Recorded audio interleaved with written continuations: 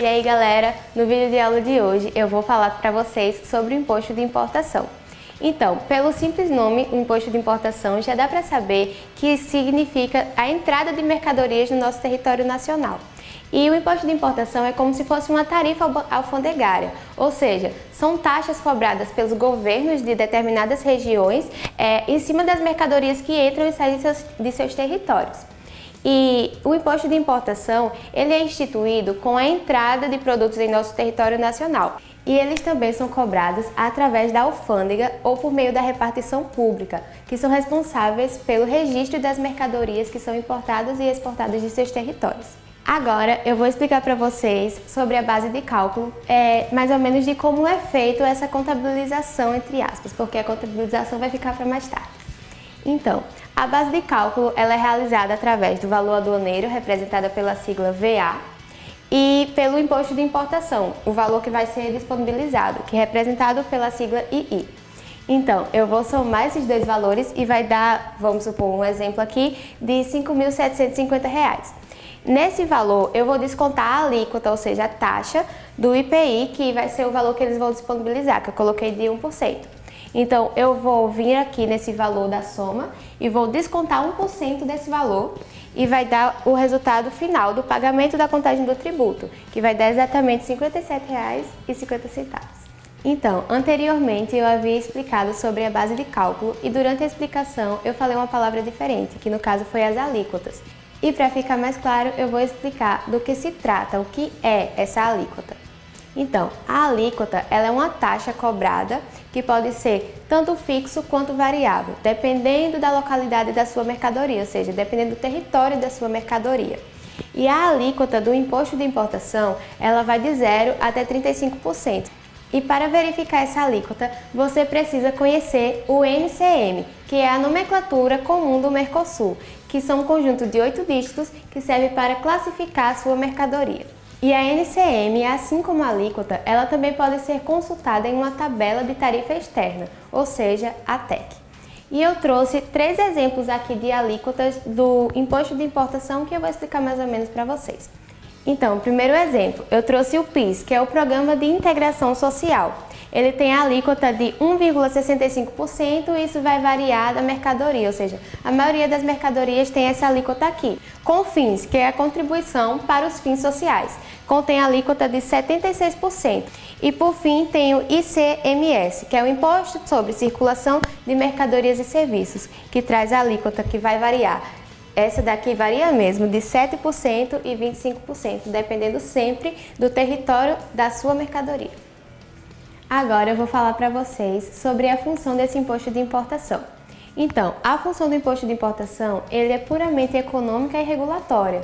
Pois bem, eles tentam sim ganhar em cima disso, mas de uma forma regulatória, sabe? Que tenham cuidado em cima da mercadoria, porque eles não podiam simplesmente deixar de graça para que outros produtos ingressassem aqui no nosso território nacional, porque aí poderia até acontecer casos de pirataria.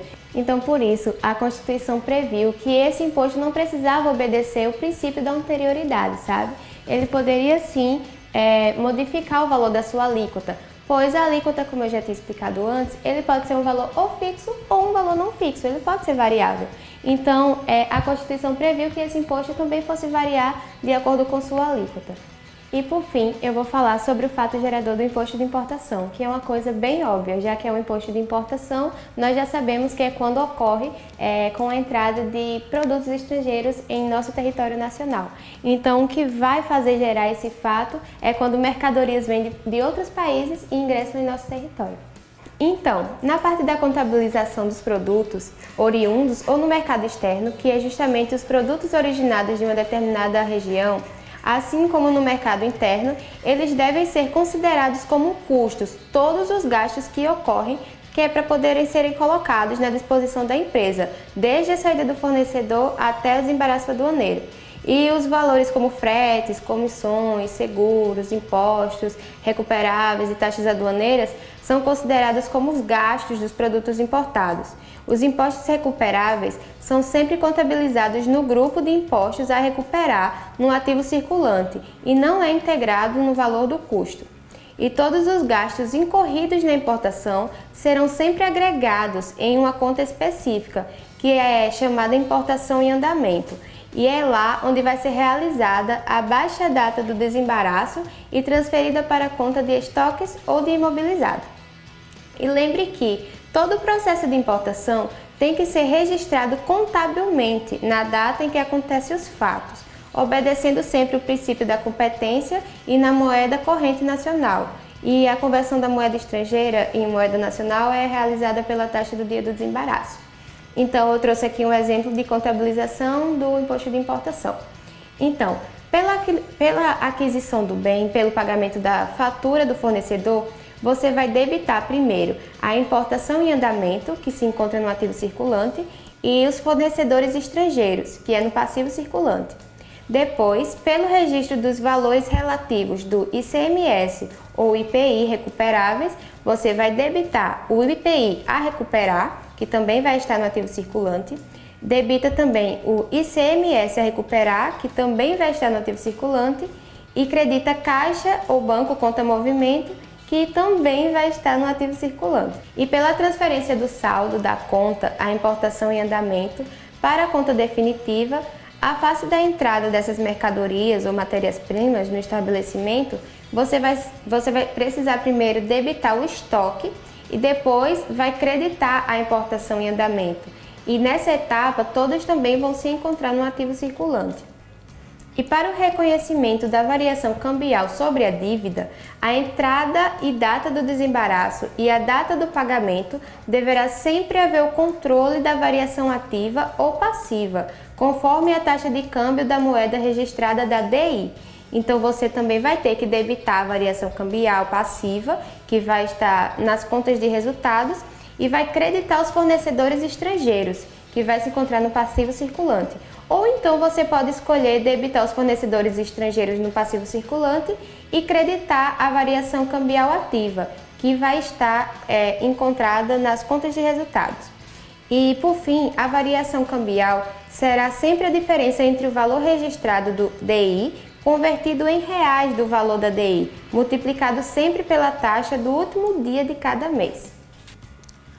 Olá, agora a gente vai dar uma continuidade ao assunto do imposto de importação, para a gente ter um pouco mais de noção sobre a guia de recolhimento, as isenções e alguns detalhezinhos que todo mundo precisa saber. Vamos iniciar falando sobre as isenções. O que é isenção? Isenção é uma forma de exclusão do crédito tributário, ou seja, traduzindo para a nossa língua. Quando a gente não precisa, em algumas ocasiões, a gente não vai ser preciso pagar aquele imposto. Por exemplo, em transporte de medicamentos, em transporte de livros, principalmente esses dois, que são como inofensivos para a sociedade, que não podem ameaçar um país, enfim. As isenções elas podem ser classificadas em 3 grupos: as objetivas, as subjetivas e as mistas. As objetivas são aquelas que são concedidas em função do fato gerador de obrigação tributária, mercadoria ou negócio, e para ficar mais fácil da compreensão. As subjetivas são aquelas que são emitidas em função de condições pessoais do destinatário. E as mistas que elas servem em função de fato gerador e de condições pessoais. Vamos entender agora um pouco sobre o DARF, que é a Guia de Recolhimento do Imposto de Importação da Receita Federal. O DARF, que a sigla quer dizer Documento de Arrecadação da Receita Federal, trata-se de uma guia em que as pessoas jurídicas e físicas vão declarar seus rendimentos, impostos e contribuições à taxa de âmbito federal. O objetivo do DARF é fazer com que o dinheiro chegue diretamente ao cofre, sem interrupções, com mais eficiência. O regime especial de trânsito aduaneiro é aquele que permite o transporte de mercadorias sob a proteção aduaneira. Ele subside sobre o produto desde o local de saída ao local de destino, transportando em segurança sem que o produto seja parado na alfândega ou em qualquer outro lugar. E ele é suspenso de qualquer pagamento de tributos, ou seja, Independente de onde o seu produto esteja, você não vai ser preciso pagar nenhum tributo a mais enquanto ele estiver sob a proteção aduaneira. Então, pessoal, eu vou falar sobre o imposto de exportação. Mas primeiro vamos saber o que é exportação, acho que todo mundo já sabe. Exportação é a saída do território nacional. Um exemplo é o Brasil, que vende algodão para a China. E o fato gerador é justamente isso, é a saída do produto do território nacional. A base de cálculo vai ser o preço normal que o produto ou seu similar alcançaria de acordo com o tempo de exportação. Ou seja, vai ser o tempo de exportação mais o preço normal que vai gerar a base de cálculo. Se o preço for de difícil apuração, o Poder Executivo, mediante ato da CAMEX, Câmara de Comércio Exterior, estabelecerá pauta de valor mínimo para apuração. A alíquota. A alíquota vai ser de 30%, facultado ao Poder Executivo aumentar ou reduzi-la de acordo com os objetivos da política cambial e do comércio exterior. E em caso de elevação da alíquota, não poderá ultrapassar a 150%. No caso, a alíquota vai ser de 30% a 150%. No caso de não efetivação do envio, se não efetivar o envio da mercadoria, para restituir o dinheiro, você vai ter que apresentar um comprovante. No caso, uma nota fiscal ou algo que comprove que você realmente fez aquela efetivação do envio. Então, gente, agora eu vou entrar no assunto da contabilização, que não é tão amplo. Mas na contabilização, lá nos lançamentos, como qualquer contador faria, a gente vai debitar a conta Banco Movimento e vai creditar um imposto. Bom, o guia de exportação. Ele tem como objetivo orientar os exportadores, transportadores e demais na área de despacho de exportação.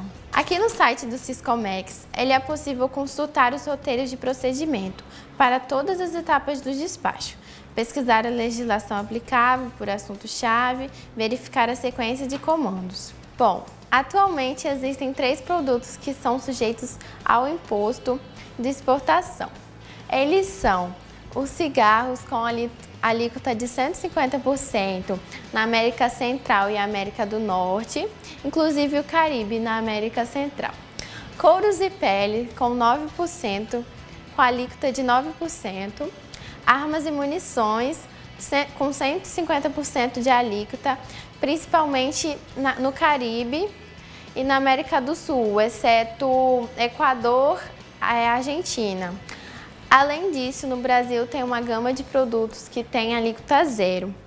Uma delas é o açúcar refinado e o mel. Porque existe uma produção muito grande para pouca demanda e acaba excedendo, sobrando.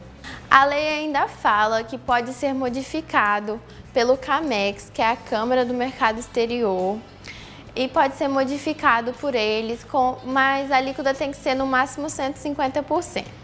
O fato gerador do imposto de exportação é a saída da mercadoria do país. E o valor a ser pago para ser contabilizado é a partir da data do registro de exportação no Siscomex. Seu prazo é de até 15 dias depois que for pago. E tem que ser apresentado o DARF, que é o comprovante, ao seu transportador. E sem isso, você não consegue, não é autorizado a sua mercadoria sair do país. Bom, a arrecadação, ela constituirá em reserva monetária a crédito do Bacen, que é o Banco Central do Brasil. E a sua aplicação será responsável pelo Conselho Monetário Nacional, o CMN.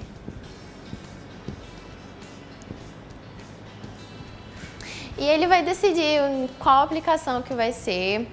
E é isso. Então, nosso trabalho foi esse. Nós finalmente acabamos. Sim,